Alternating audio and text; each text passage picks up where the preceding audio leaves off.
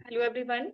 I am Dr. Hira, and in this session we will discuss कि IIM talks की preparation regular way में या एक more comprehensive way में कैसे करनी चाहिए, ठीक है। और इसकी रीजन ये है कि in recent two attempts 2023 and 24 में IIM का जो passing rate है talks का CPSP के अपने फैक्ट्स के मुताबिक काफी ड्रॉप हुआ है, because in their meeting they have decided कि इंस्टेड ऑफ दिस के वो आपको FCPS में जाके क्लिनिकल अप्रोच के लिए असेस करें, तो राइट फ्रॉम बिगनिंग, मतलब जब IIM में फर्स्ट टाइम आप और CPSP का इनकाउंटर होगा तो वहीं से वो आपकी क्लिनिकल असेसमेंट, आपकी ड्रिल्स एंड स्किल्स को जज करें, ताकि आपके पास फिर टाइम भी हो। Like let's suppose second year के बाद, ट्रेनिंग के सेकेंड ईयर के बाद आपका IIM होता है, तो उसके बाद फिर आपको रिफ्लेक्शन का टाइम मिल जाए थर्ड ईयर या फोर्थ ईयर, ठीक है। और मेरा ख्याल है ये अच्छा फैसला है। तो बस इस फैसले से ये हुआ कि कैंडिडेट्स जिनको आदत थी पास पेपर्स क्रैम करने की या एक गिने चुने स्टेशंस याद करके IIM टॉक्स में अपेयर होने की, विद दिस कॉन्फिडेंस कि ये पास हो ही जाता है क्योंकि सब पास हो जाते हैं तो इनका भी हो जाएगा, तो उनके लिए मुश्किल हो गया था। इसी वजह से ऑब्वियसली पासिंग रेट जो है वो ड्रॉप हुआ है। But no worries, we know if they have they are going to change their assessment plan, तो हम उसके मुताबिक ही तैयारी कर लें। लेकिन जो प्लान उनका है अब असेसमेंट का, चूंकि वो क्लिनिकल है, तो फिर ये बड़ा डिफिकल्ट हो जाता है कि IIM थ्योरी पास करने के बाद टॉक्स और थ्योरी में जो 2 हफ्ते का मिनिमम अब गैप होता है, उसमें आपको क्लिनिकली तौर पे प्रिपेयर किया जा सके या आपके ड्रिल्स या स्किल्स पे वर्क किया जा सकते हैं। तो इसलिए फर्स्ट टाइम मैड होम IIM ओब्स गाइनिक के जो टॉक्स की प्रेपरेशन है वो अर्ली स्टार्ट करा रहे हैं, ताकि आप लोग विद कॉन्फिडेंस पास हो सकें और ये ना हो कि आप उन अनफॉर्चुनेट लोगों में से हों जो कि like they can't pass their exam, ठीक है। तो ये थोड़ा सा बैकअप है, इंट्रो है इस कोर्स का कि क्यों ये कोर्स अर्ली स्टार्ट हुआ है। वरना तो एवरीवन नोस कि IIM अब आज से, मतलब इन रीसेंट 2 अटेम्प्ट्स को निकाल दें तो इससे पहले IIM टॉक्स पास करना इजी था। 90-95% लोग बच्चे पास हो ही जाते थे। अब चूंकि असेसमेंट प्लान चेंज हो गया है, क्लिनिकल केसेस जो हैं वो ऐड हो गई हैं, और इसके अलावा ड्रिल्स या काउंसलिंग में भी इन्होंने क्लिनिकल क्वेश्चंस ऐड कर दिए हैं, तो बिकॉज ऑफ दिस रीजन मेरा ख्याल है वाइज प्लान ये है कि आप अर्ली स्टार्ट करें, बजाय से कि आप 2 हफ्ते की क्रैश तैयारी करके कोई क्रैश कोर्स लें और इतनी मेहनत से थ्योरी पास करते हो और फिर टॉक्स ना हो। तो I think you should prepare early. So we have doctor Noreen. Noreen, आप कुछ ऐड करना चाहेंगे? कुछ ऐड करना चाहेंगे जो मैं बता रही हूँ? You will agree with this? जी जी मैम, मैं एग्री करती हूँ और बिल्कुल ठीक है कि हमने अर्ली स्टार्ट करना है क्योंकि टाइम इनफ हो और जो भी स्टेशन है वो डिफिकल्ट हो या फिर इजी हो वो सारे कवर हो जाए, मतलब पास पेपर्स भी कवर हो जाए। उसके अलावा जो टॉपिक्स हैं, जो न्यू टॉपिक्स आते हैं, जैसे लास्ट टाइम फ्यूक्रोमोसाइटोमा आ गया था, तो वो हमने आइडिया नहीं था कि फ्यूक्रोमोसाइटोमा भी आ सकता है। ठीक है, हाँ इसके बिल्कुल, अलावा एक्चुअली हाँ बिल्कुल यू आर TH की स्टेशन आ गई, सेशन भी आ सकते हैं। यूरोडायनामिक्स की स्टेशन आ गई, NIPT का जो बिल्कुल डिफरेंट और न्यू स्टेशन थी और बिल्कुल टफ थी। MPDSR आ गया था लास्ट टाइम। चलिए नूरी, मैं आपका पेपर अभी देखती हूँ, नो वरीज, मैंने सारे क्वेश्चंस नोट डाउन किए हुए हैं। तो जी बस जी मुझे मैम। आपकी वो चाहिए थी, आप समझ ले, तारीफ चाहिए थी कि क्या ऐसा ही हुआ है ना, एग्जाम डिफिकल्ट हो गया है ना लास्ट 2 अटेम्प्ट से, यस और मैम, डिफरेंट बिल्कुल क्वेश्चन आ रहे हैं। हमारे सीनियर्स तो ऐसे पास हो जाते थे, मतलब सबके सब पास हो जाते थे, तो अब तो बहुत डिफिकल्ट हो गया है। तो पासिंग रेशो बिल्कुल 50% हो गया है, जो गर्ल्स जा रही है एग्जाम में। हम्म, बिल्कुल आई विल एग्री। तो नूरीन, अच्छा कि आप पहले ज्वाइन कर रहे हो ये कोर्स, और बजाय इसके कि एग्जाम थ्योरी के बाद 2 हफ्ते ही मिलते हैं ना तैयारी के लिए, भी टॉक्स हो जाता है। ऑलमोस्ट 1 मंथ या 25 डेज तक मिलता है, 20-25 डेज फिर एग्जाम लेकिन इस होता है। दफा तो रमजान में ही नहीं ले लिए थे, बहुत अर्ली ले लिए थे। आई वाज एक्सपेक्टिंग कि मिनिमम 1 मंथ मिलेगा, बट इस दफा तो 1 मंथ भी नहीं मिला। नहीं मैम, इस अच्छा, दफा 20 324 डेज मिले थे और रमजान चल रहे थे और इतना डिफिकल्ट था रोजे में पढ़ाई करना, बहुत डिफिकल्ट। अच्छा वैसे एक बात बताऊं, कभी रोजे में कभी सीपीएसपी ने एग्जाम लिया नहीं, लेकिन मैंने आपको बोला ना सीपीएसपी चेंज हो रही है, तो उनको फर्क नहीं पड़ता रमजान है या जो भी है, तो वो अब अपने मुताबिक एग्जाम्स ले रहे हैं और ये चेंज आ रहा है। तो आप लोग भी इस चेंज को एक्सेप्ट करें। और लास्ट टाइम आपको तो फिर भी 20 डेज मिल गए थे, लास्ट टाइम तो I can remember hardly 13 days मिले थे। और मैम टेंटेटिव में आज दी थी, टेंटेटिव की जो डेट थी वो 3 to 4 मंथ्स बाद में थी। तो अचानक डेट आ गई कि बस एग्जाम है अभी रमजान में। तो हमने तो एक्सपेक्ट ही नहीं किया था क्योंकि टेंटेटिव डेट इतनी दूर थी। बिल्कुल। तो फातिमा भी हमारे साथ हैं। फातिमा आप, आपकी ये पहली टाइम नहीं, पहली तो नहीं होगी ऑब्वियसली, आप अर्ली ज्वाइन कर रहे हो तो मैक्सिमम लोग वो हैं जो रिपीटर हैं। तो फातिमा कौन सी अटेम्प्ट है आपका? मुझे माइक नजर नहीं आ रहा कनेक्शन में, आप अपना कनेक्शन फिक्स कर लें। ओके चलें, लेट स्टार्ट। उनका कोई माइक का मसला है। तो जो मेरी असेसमेंट है, अब हवाएं बदल रही हैं, टाइम कम है थ्योरी के बाद, आईएमएम के लिए टॉक्स देने के लिए तैयारी का टाइम कम है, और पेपर का जो फॉर्मेट है वो भी चेंज है। तो बजाय इसके कि जब आप थ्योरी तैयार कर रहे हो, only you are preparing for theory, एक वाइज कैंडिडेट को साथ में टॉक्स की तैयारी भी करनी चाहिए। अगर आप ये इस चीज़ के बारे में आप फैसला कर चुके हो कि आपने आईएमएम एक ही अटेम्प्ट में पास करना, और करना भी चाहिए, इट्स डूएबल एग्जाम, बाकी लोग भी कर रहे हैं, आप अभी एंड पे देखेंगे कि कितने लोगों ने पास किया है, तो व्हाई नॉट यू।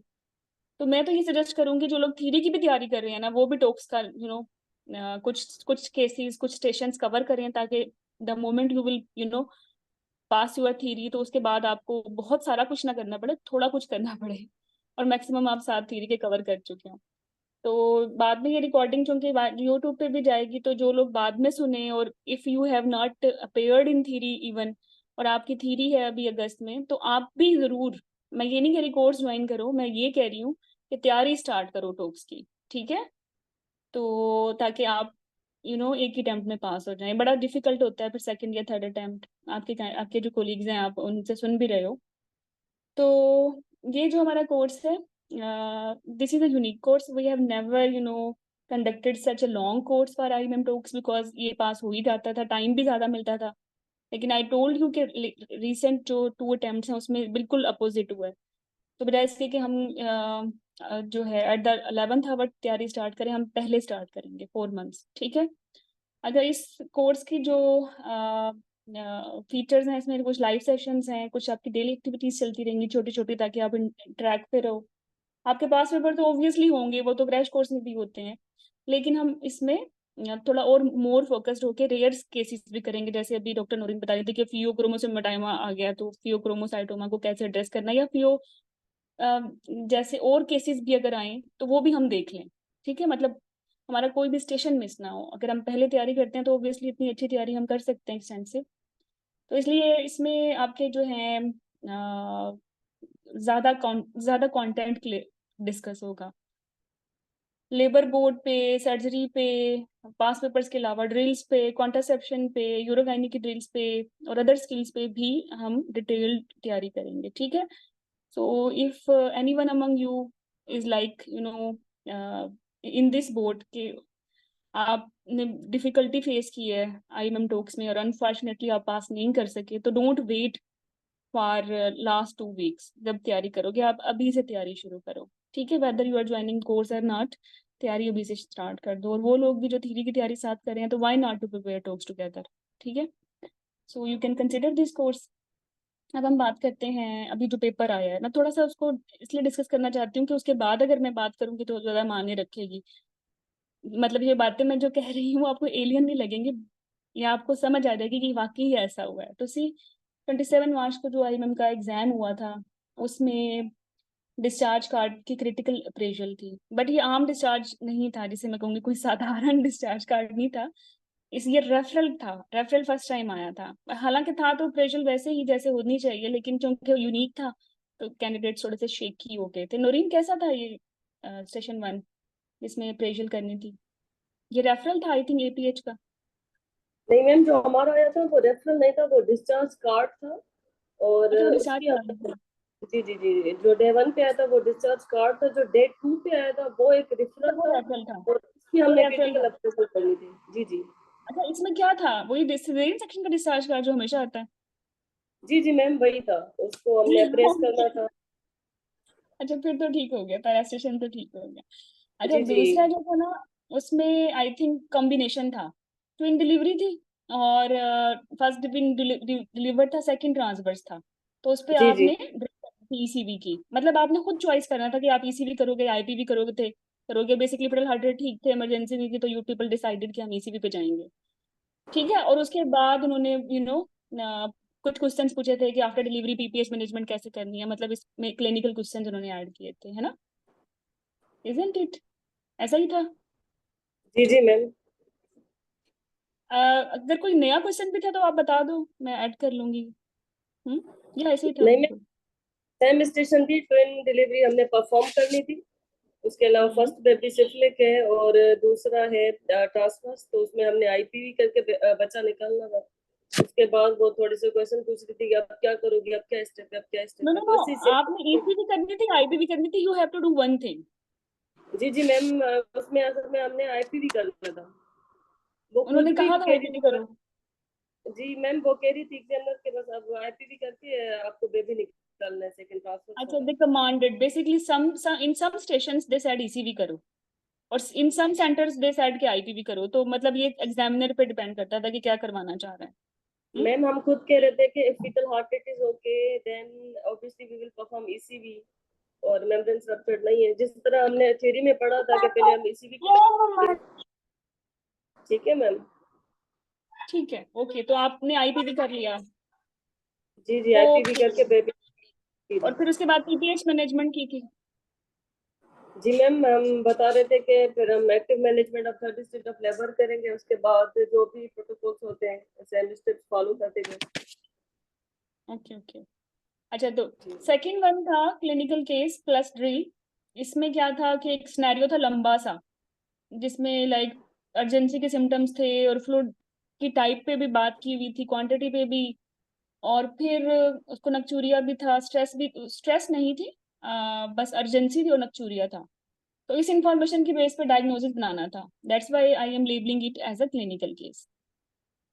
अच्छा कुछ सेंटेंस में एग्जामिनर ने पूछा कि और क्या हिस्ट्री पॉइंट्स होते हैं व्हेन वंस दे सेड कि ओवर एक्टिव ब्लैडर है, तो उन्होंने ओवर एक्टिव ब्लैडर के बारे में, डायग्नोसिस के बारे में और बातें भी की, तो हिस्ट्री पे और क्या पूछना चाहेंगे?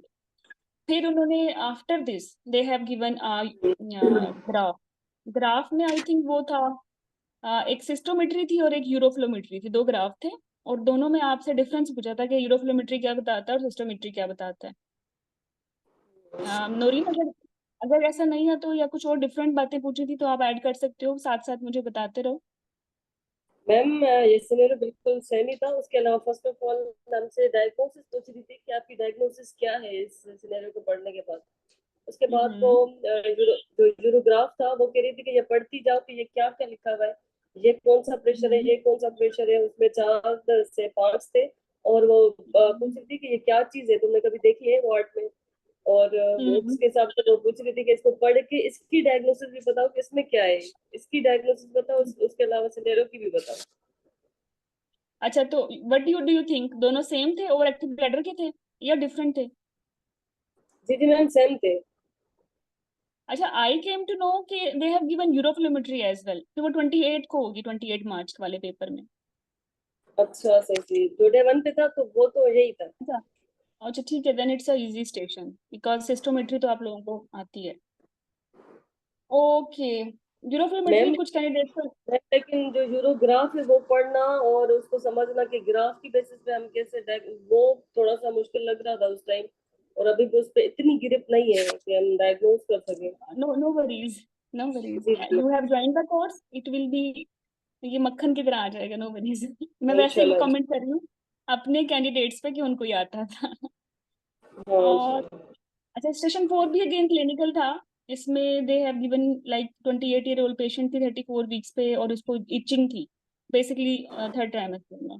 तो फिर इस सिनेरियो को पढ़ के आपसे उन्होंने डिफरेंशियल्स पूछे थे, फर्स्ट एडी पूछा था जो कि ओब्स कोली था लाइकली, फिर ओब्स कोली के बारे में बात हुई, स्पेसिफिक इन्वेस्टिगेशन इसकी आई थिंक 3 स्टेजेस हैं उसके बारे में बात हुई, फिर मैनेजमेंट पे बात हुई, फिर कॉम्प्लिकेशंस पे बात हुई, तो ये प्योर क्लिनिकल केस था। ठीक है, इसमें कुछ और ऐड करना चाहोगे नूरीन? नहीं मैम, यही सेम था। फर्स्ट ऑफ ऑल डायग्नोसिस पूछ रहे थे, उसके बाद इन्वेस्टिगेशंस पूछ रही थी, और फिर मैनेजमेंट उसी केस की, ड्रग्स कौन सी देते हैं, मेडिसिन के नाम पूछ रही थी। एक बता रहे थे तो हम्म वो कह रही थी कि और भी बताओ, सारी मैनेजमेंट बताओ कि स्टार्ट से तुम कैसे मैनेज करोगी ऑप्स कोली वाले पेशेंट को। तो वो थोड़ा सा हम्म मैनेजमेंट डिटेल में पूछ रही थी।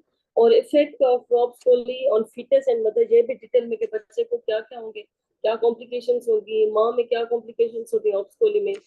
तो ये सेम है, हम्म लेकिन थोड़ा सा डिटेल में पूछ लेते हैं कि मेडिसिन तक बताओ, मतलब उसके नाम बताओ, उसका मैकेनिज्म बताओ। Okay okay, got it. तो अच्छा, वैसे मेडिसिन अब जो रिसेंट एडवांसेस है उसमें एक ही मेडिसिन इफेक्टिव है, बल्कि दो हैं, अर्सो और दूसरी एंटी हिस्टामिन है। अर्सो का रोल थोड़ा कंट्रोवर्शियल हो गया रिसेंट गाइडलाइन में, बिकॉज सिर्फ मॉडरेट कोली में ये दे सकते हैं। ठीक है। सही। जी और जी। ये मॉडरेट कोली में प्रीटर्म डिलीवरी और रीचिंग दोनों को कम करता है, माइल्ड में देने की जरूरत नहीं है। अच्छा, तो एक्चुअली स्टेशन 4 था सर्जरी पे, कि पेशेंट हिस्टेक्टमी के साथ आई है, एनेस्थीसिया भी दे दिया, ड्रैप भी हो गया, तो बस आपने प्रोसीड करना है कि इंसिजन कैसे देना और पूरे स्टेप्स बताने थे। तो लेट मी नो, ये एब्डोमिनल हिस्टेक्टमी थी या विजाइनल थी? Abdominal, total abdominal hysterectomy. चलो, ये सर्जिकल स्टेशन हो गया। फिर लेबर बोर्ड था, उसमें आपके पास कुछ स्टाफ थे और कुछ पेशेंट्स थे, फिर आपने बताना था कि किसको कौन सा केस अलाट करना है अकॉर्डिंग टू द प्रायोरिटी, और कौन सी आपकी बेसिकली कवरेज में मैं priority sorry to interrupt, station 5 में ये भी पूछ रही थी कि आप कॉम्प्लिकेशंस बताएं कि सर्जरी में कौन कौन सी कॉम्प्लिकेशंस होती हैं, और जो है। यूरेटर की कॉम्प्लिकेशंस है वो बताएं। अच्छा। अच्छा, यूरेटर हाँ। कभी भी आज तक आईएमएम में नहीं पूछा है, ये हमेशा फेवरेट रहा है एफसीपीएस के लिए, बट देख लो हवाएं चेंज हो रही हैं। और 3 पॉइंट्स पूछ रहे थे यूरेटर की, according to the anatomy of the ureter. ये 3 पोजीशंस बताओ जिसपे ये मोस्ट वल्नरेबल होता है कॉम्प्लिकेशंस में, वो कौन सी है, वो पॉइंट आउट करो। एक स्केच बना हुआ था टीएच का, हम्म उसमें लिखा था, उसमें आर्टरी जैसे एक होता है, तो एक ड्रॉ किया हुआ था, तो उसमें वो पूछ रही थी कि एक तो आइडेंटिफाई करो यूरेटर है कहाँ पे, और कौन कौन सी पोजीशंस हैं जहाँ पे यूरेटर को मैक्सिमम डैमेज हो सकता है, और उसके स्ट्रक्चर्स बताओ। तो ये एक हम्म। ऐड करना चाहेंगे स्टेशन 5 में। नहीं नहीं, बहुत अच्छी एडिशन की है Noreen, I forget to add, और ये बड़ा इंपॉर्टेंट है। अच्छा, वैसे बताती चलूं, लोअर थर्ड पे 52% होती हैं, और स्पेसिफिक रिलेशनशिप है इधर वाटर अंडर ब्रिज, मतलब वाटर जो है वो ब्रिज के नीचे, और ब्रिज बेसिकली यूट्राइन आर्टरी का है, और जब यहाँ क्लैंप लगाते हैं तो डैमेज जी ज्यादा जी। होता है। फिर यूरेटर का कोर्स भी हम करेंगे, नो वरीज। मैम यूरेटर ठीक की है। रिलेशनशिप पूछ रही थी कि हाँ, रिलेशन। कौन से स्ट्रक्चर्स होते हैं उसके, मीडियल और लेटरल, वो भी बताओ, यूरेटर की पोजीशन बताओ, पूरी एनाटॉमी यूरेटर की पूछ रहे थे। हाँ, कोर्स उसकी बेसिकली इसका इम्पोर्टेंट है। उसकी इंजरी की कोई। कौन कौन सी पॉइंट्स हैं, कौन सी वो पोजीशन पे मोस्टली इंजर्ड होता है, हम्म। ओके और ओके। कौन से लिगामेंट को कट करेंगे तो उसको डैमेज होगा, मतलब हो सकता है, तो वो बताएं। ओके ओके, तो स्टेशन नंबर 6 में लेबर बोर्ड था। इसमें ये सारे स्टेशन थे, मैं डिटेल में नहीं जा रही, लेकिन ये 5 स्टेशन थे। तो मुझे बस एक बात बताओ नौरीन, कि ये लिंक्ड स्टेशन था या सिंगल स्टेशन था? मैम एक स्टेशन पे जैसे स्टेशन पड़ी होती है, हम पढ़ते हैं 6 मिनट तक, अच्छा, उसके फिर दूसरे बाद पे परफॉर्म करना है। एग्जामिनर बेटी थी वो पूछ रही थी। अच्छा, लेकिन मुझे जो फीडबैक मिला ना कैंडिडेट्स का, इवन तो कि वो पास हो गए हैं, लेकिन उनको ये डिफिकल्ट लगा था। ठीक नहीं है। मैम, ये अच्छा हो गया था। जी जी। अच्छा, नहीं, आपका अच्छा हो गया था, लेकिन मुझे फीडबैक मिला था कि दे हैव फेस डिफिकल्टी, क्योंकि एग्जामिनर सेटिस्फाई नहीं हो रहा था, या फेस फीचर्स ऐसे थे तो शेकी हो गए थे, और नेक्स्ट स्टेशन पे फिर वो थोड़े से कॉन्फिडेंट फील नहीं कर रहे थे। तो बस ये टेक होम मैसेज यही है, लेबर बोर्ड की जितनी प्रैक्टिस करेंगे उतनी ही अच्छी है। Scenarios will keep on switching. अब ये आ गए हैं तो नेक्स्ट टाइम कुछ और आ जाएगा, और मसला ये नहीं होता कि लाइक आपको डायग्नोसिस में मसला नहीं होता, यू कैन इजली डायग्नोस ये रप्चर है, ये क्लेम्शिया है, ये जो है मिकोनियम है। आपको मसला ये होता है कि आप ये सब भूल जाते हो कि प्रायोरिटी किसको देनी है, मिकोनियम को यस। देनी है या रप्चर को देनी है। मतलब एक तो ग्रेड 3 मिकोनियम है और फिटल ब्रैडिकार्डिया है, दूसरे में रप्चर है। तो बेसिकली यहाँ मसला होता है कि अब इसमें से प्रायोरिटी किसका दें, एक में मेटरनल डिस्ट्रेस है और एक में फीटल, है ना? तो बस इसमें भी हम करेंगे बहुत सारे सिनेरियोस, बट यहाँ अब चूंकि मैं कि बात छेड़ी गई है तो मैं बता दूं, हमेशा मैटरनल डिस्ट्रेस को प्रायोरिटी दें, चाहे फीटल ब्रैडिकार्डिया डिस्ट्रेस है या डेड हो गया, what ever, the priority will be mother, like priority भी होगा। ठीक है, हालांकि अगर आपके पास दो ओटी हैं तो फिर तो दोनों ही ठीक हैं, बट अगर एक है तो फिर माँ पहले है। अच्छा, एनीवे, फिर स्टेशन 7 अगेन सर्जिकल स्टेशन था, प्रीवियस 1 सेक्शन थी, इलेक्टिव सेक्शन करना था।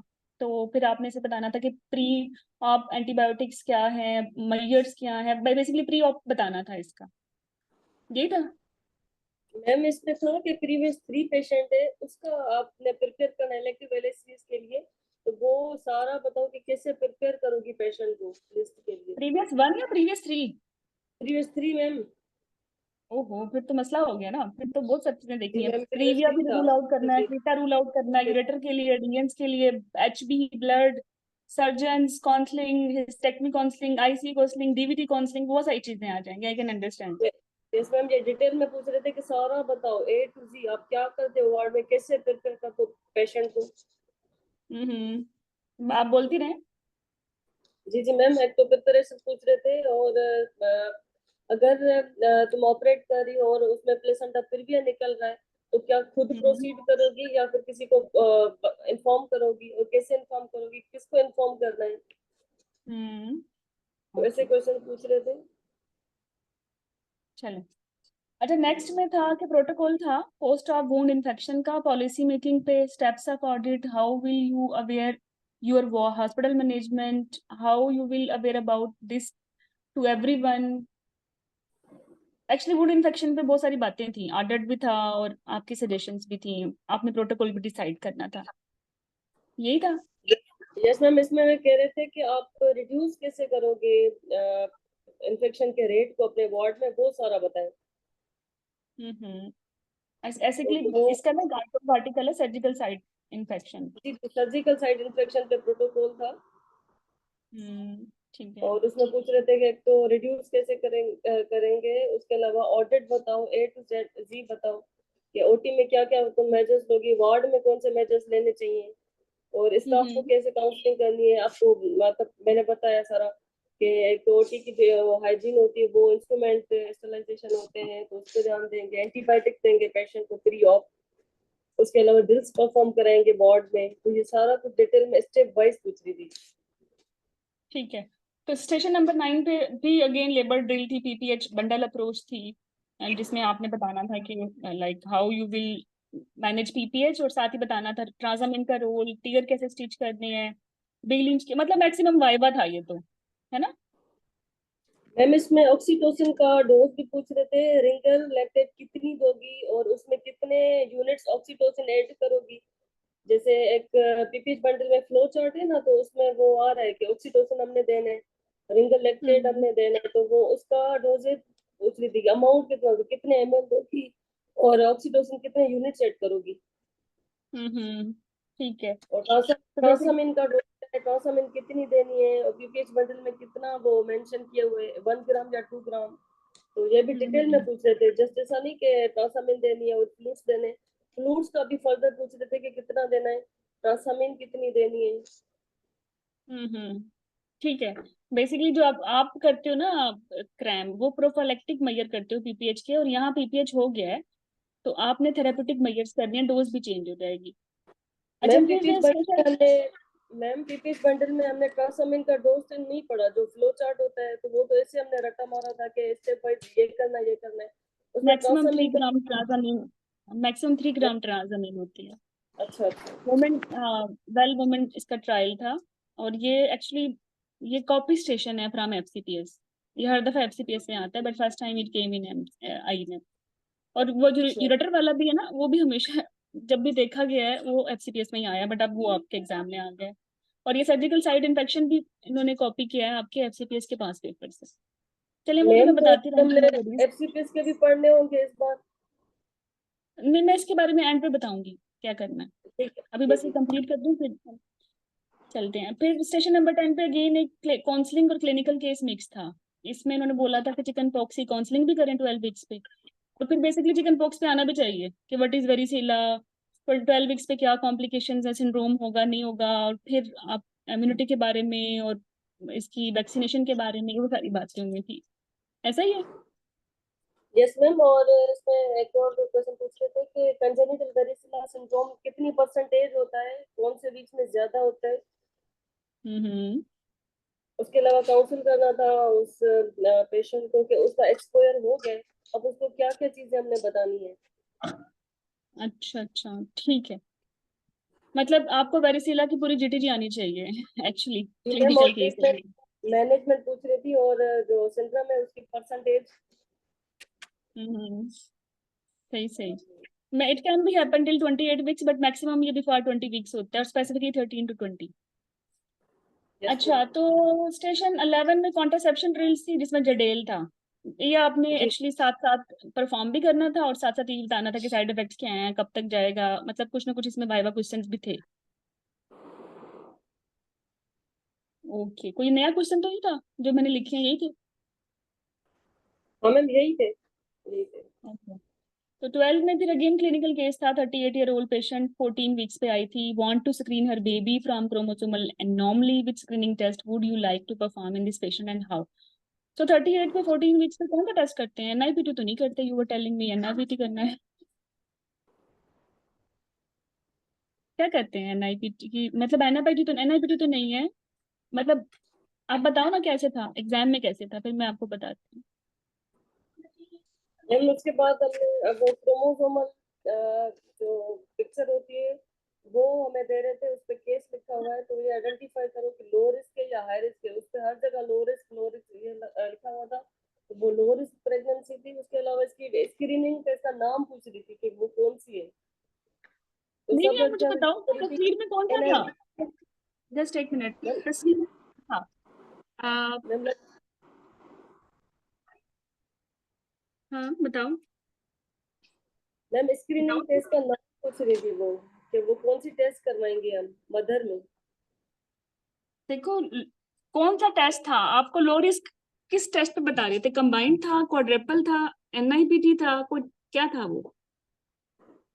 मैम एनआईपीटी का था। अच्छा, एनआईपीटी पे लो रिस्क थी। जी जी, डाउन सिंड्रोम की अच्छा picture. Okay, got it. Because उन्होंने सिनेरियो देखी, जो टेस्ट दिया था वो एनआईपीटी का था, है ना? जी जी मैम। तो एनआईपीटी इस पे लिखा हुआ था, सेल्फ रिपीटेड डीएनए। नहीं मैम, सबसे पहले तो वो सिनेरियो हम वो लिखा हुआ था, सबसे पहले जस्ट सिनेरियो लिखा हुआ था, डायरेक्ट हमने वो पिक्चर नहीं दे रहे थे। पिक्चर था मतलब हम्म। नेक्स्ट में सिनेरियो देख के हमने बतानी है टेस्ट कौन सी है। वो नेक्स्ट क्वेश्चन था, उस पे हमें वो पिक्चर दे दी थी हाथ में कि ये देखो ये टेस्ट है। पहले हमने खुद बतानी थी कि वो कौन सी टेस्ट होती है। देखो मुझे, मैं थोड़ा सा आपकी हेल्प चाहूंगी। हम 14+2 पे बेसिकली वी डिस्कस पेशेंट के बिफोर 15 वीक्स हम कंबाइन टेस्ट करते हैं और 15 वीक के बाद हम करते हैं क्वाड्रपल टेस्ट। अगर जी जी मैम। पेशेंट लो, और लो रिस्क पेशेंट ऐसी ही होती है 38 पे, कोई पिछली हिस्ट्री नहीं होती, ठीक है ना? सही। और अगर उस टेस्ट पे पेशेंट पॉजिटिव आती है,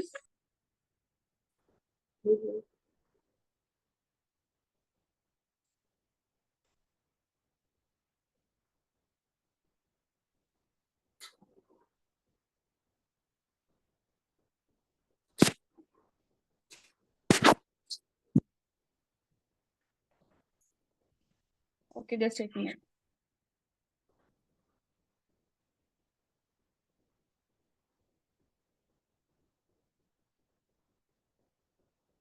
ओके ओके, अच्छा तो आपने ये जवाब दिया था या नहीं दिया था, या ये पूछना नहीं चाहते थे? नहीं मैम, ये बिल्कुल बेकार हुई थी स्टेशन।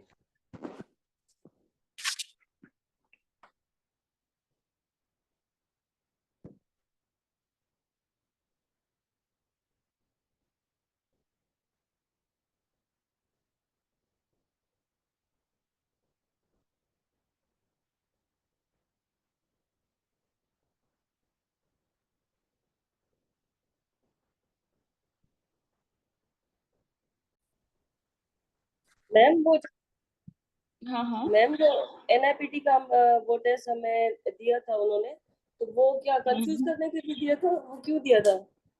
नहीं, कंफ्यूज करने के लिए नहीं दिया था ना, वो पूछे थे एनआईपीटी लो रिस्क का तो क्या करना है, कुछ भी नहीं, रीश्योर।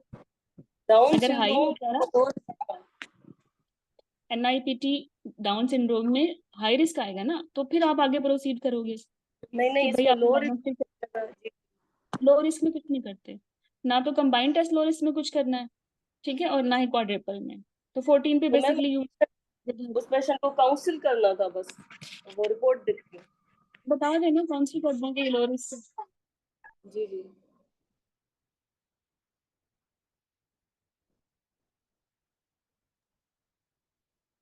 ये स्टोरी का बैकग्राउंड म्यूजिक। अच्छा, तो ये दो 12 केसेस थे। तो बेसिकली मेरी ऑब्जर्वेशन है ना कि ना, ये एग्जाम पास आप तभी कर सकते हैं जब आप क्लिनिकल केसेस में अच्छे हों, ड्रिल्स में अच्छे हों और सर्जिकल स्टेशन पे।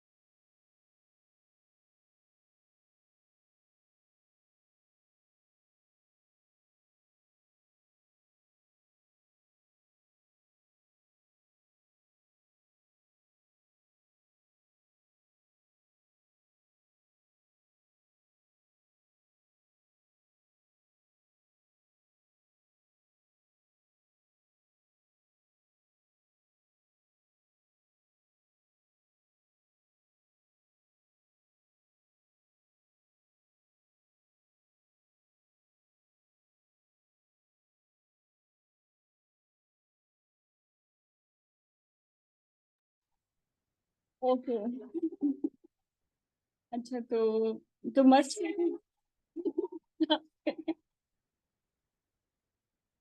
Okay.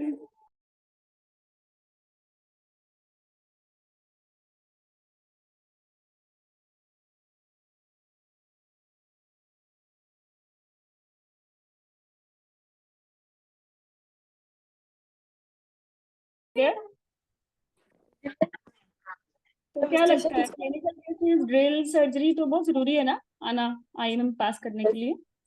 Yes ma'am, very important. Surgery के स्टेप्स और उसमें जो डिटेल्स होते हैं कि क्या क्या क्या कॉम्प्लिकेशन हो सकती है, वो इम्पोर्टेंट है। ड्रिल्स इम्पोर्टेंट है, क्लिनिकल केसेस इम्पोर्टेंट है, काउंसलिंग, हर चीज मैम। बिल्कुल। तो हम अपने कोर्स में ना एम्फेसाइज करेंगे क्लिनिकल केसेस पे, ड्रिल्स पे और सर्जरी पे, ऑब्वियसली बाकी एस्पेक्ट्स पे भी, लेकिन इन पे थोड़ा ज्यादा और थोड़ा एक्सटेंसिव होगा। तो कैसे होगा ये कोर्स? अभी we are entering into May, we have मई, जून, जुलाई, अगस्त के फर्स्ट वीक में थ्योरी हो जाएगी, और लाइकली अगस्त के लास्ट वीक में, लेट्स अज्यूम मिनिमम जी क्या डेट आएगी अगस्त के लास्ट वीक में, तो आप रेडी रहे ना मेंटली टॉक्स के लिए, है ना? जी जी मैम, ऑलमोस्ट अगस्त के लास्ट वीक में होगा या सितंबर के फर्स्ट वीक तक हो हाँ, जाएगा एग्जाम। इससे मतलब यही हम एज्यूम कर सकते हैं अभी। तो मई में मेरा मेरा जो प्लान है वो ये है कि हम ड्रिल्स एंड सर्जरी के जो स्टेशन है, सर्जिकल मॉड्यूल, और ड्रिल से मुराद है contraceptive module and labour module with urogynae, क्योंकि उसके भी ग्राफ है, उनकी भी आप ड्रिल्स में रखें, तो ये हम कंप्लीट करेंगे। तो ये 3 मॉड्यूल्स। और फिर जून में we will emphasise on clinical cases, और क्लिनिकल केसेस से मुराद है मैटरनल मेडिसिन, ठीक है। मैक्सिमम केसेस मैटरनल मेडिसिन से आते हैं, इंक्लूडिंग इन्फेक्शंस, वो भी मैटरनल मेडिसिन में कवर हो जाता है, या जनरल गाइनी से। तो ये 2 module with their clinical cases हम जून में ड्रिल कर लेंगे। जुलाई में हम ऑन्कोलॉजी या सिन या बैड न्यूज या foetal medicine specifically, TORCH, affected pregnancies, या लाइक क्रोमोसोमल प्रॉब्लम्स जैसे डाउन हो गया, या लाइक कोरियो आ गया, मोलर आ गया, तो इन सब की काउंसलिंग कर लेंगे। ठीक, तो ये मॉड्यूल्स इसी अंदाज में कर लेंगे। तो सी इन मई, जून, जुलाई हम पास पेपर्स करेंगे, लेकिन मॉड्यूलर वे में करेंगे, और इस तरीके से हम ड्रिल, सर्जरी, क्लिनिकल केसेस और काउंसलिंग के जो बेसिक कंपोनेंट्स हैं वो भी साथ साथ ड्रिल्स करते रहेंगे। तो when we will enter into, हमारी एक अच्छी सी रिवीजन हो जाएगी, लेकिन ये रिवीजन हम फिर पास पेपर्स के साथ करेंगे। ठीक है, मतलब रिवीजन भी हो जाएगी और मैक्सिमम पास पेपर्स तो आप पहले ही कर चुके हो रिस्पेक्टिव मॉड्यूल के साथ, यहाँ वो दोबारा भी हो जाएंगे। तो this is the way I want to do it. But अगर आप लोग ऐड करते हो तो, और इसमें दम भी है सजेशन में, तो we can modify. So what you say, better? जी मतलब जी मैम, पूरा भी आपका, हाँ, सिलेबस भी कंप्लीट हो जाएगा और साथ इंशाल्लाह। साथ इस मॉड्यूल में जितने पास पेपर्स आ रहे हैं, like when we will do drills, तो हम कोशिश करेंगे ना वो सारी भी ड्रिल्स करें जो आपके पेपर में आई हैं, और साथ में वो ड्रिल्स भी करें जो आ भी सकती हैं, तो कंप्लीट हो जाएगा ना। जी मैम, इंशाल्लाह। तो ले ओब्स में ड्रिल से मुराद है लेबर ड्रिल्स, और कुछ भी इससे मुराद नहीं है, या लेबर बोर्ड। ठीक है, और गायनी में ड्रिल से मुराद है कॉन्ट्रासेप्शन, और कोई मुराद नहीं है इससे, या आप इसमें यूरोगायनी के ग्राफ्स ऐड करें, दैट्स इट। ठीक है, और जी सर्जरी से मैम। मुराद है सर्जिकल मॉड्यूल। सर्जिकल मॉड्यूल में आपके ये caesarean section, BH, TH, cerclage, tears, और pre op, post op, surgical site infection, post op complication सब कवर हो जाएगा। तो ये मॉड्यूल्स अगर कवर हो गए तो फिर इनमें जितने भी पॉसिबल सेशन हैं या पास पेपर्स हैं वो भी कवर हो गए। और अगर मैं क्लिनिकल केसेस की बात करूं तो वी विल एम्फेसाइज कि how to take history. History के जो 3 स्टेप्स हैं, या अपनी मैनेजमेंट कैसे डिसाइड करनी है, इन्वेस्टिगेशन कैसे प्लान करनी है, कैसे मैनेज करना है, तो वो सारा इस मॉड्यूल में से मुराद है मैटरनल मेडिसिन का मॉड्यूल। ठीक है, और जनरल गाइड, इसी में आपकी आप चाहेंगे तो लाइक इनफर्टिलिटी एक सेपरेट मॉड्यूल है, लेकिन मैं इसको जनरल नहीं ऐड करती हूँ। तो इनफर्टिलिटी और ये प्रोलैप्स ये भी आ जाते हैं क्लिनिकल केसेस के साथ, तो ये कवर हो जाएंगे। तो ये मॉड्यूल कवर हो जाएंगे जून में। जुलाई से काउंसलिंग में इसमें मॉड्यूल कौन से, इसमें फिटल मेडिसिन सारा आता है। ठीक है, और इसमें ऑन्कोलॉजी आती है बेसिकली। ठीक है, तो ये मॉड्यूल्स भी कवर हो जाएंगे और साथ में इनसे रेलेवेंट सारे पेपर भी, सारे पास सेशंस भी। और अगस्त में तो फिर हम पेपर वाइज ही कर लेंगे, तो रिवीजन भी हो गई और फिर आपको थोड़ा तसल्ली भी हो जाएगी कि पेपर निकल गए हैं। ठीक है, सो दिस इज द वे। आप मैम लोग एक पूछ क्वेश्चन। रहे। मैम जैसे आप कह रही हैं कि मॉड्यूल वाइज हम करेंगे, तो उसमें जो पास्ट वाले टॉपिक सिर्फ डिस्कस करने हैं या न्यू भी आप करवाएंगी हमसे? नहीं नहीं, क्योंकि जो इसमें जब हम फ्यूचर, जाएंगे मॉड्यूल वाइज तो मैं वो कवर कराऊंगी जो एफसीपीएस में भी आए हैं। जी मैम वही मैं कह रही थी कि मतलब ओवरऑल सारा कुछ करा दें, क्योंकि एक्सपेक्ट हम नहीं कर सकते कि जैसे फ्यूक्रोमोसाइटोमा आ गया था पहले, तो वो कभी भी पास्ट में पढ़ा ही नहीं है कि फ्यूक्रोमोसाइटोमा भी आया था।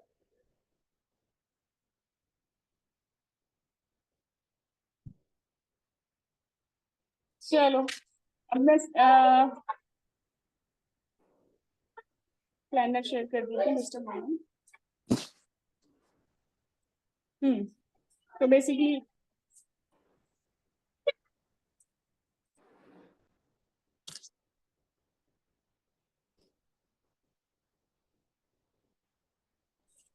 अच्छा समझ आ गया अच्छे से आप लोगों को? कोई क्वेश्चन क्यूरी तो बता दूं। नो मैम, ठीक है। ओके, अगर आपको कोई बाद में भी क्यूरी हो तो फिर आप टेलीग्राम पे बता दीजिएगा। ठीक है, जी जी तो इस हफ्ते का प्लानर भी मैं पोस्ट कर दूंगी और नेक्स्ट लाइव सेशन का भी बता दूंगी। ठीक है, बट मे का जो प्लान है वो ये है जो आपके सामने है। ओके बच्चों, अच्छा नंबर कौन सा है कांटेक्ट के लिए? अगर कोई ज्वाइन करना चाहता है हमें तो ये हमारा कांटेक्ट नंबर है।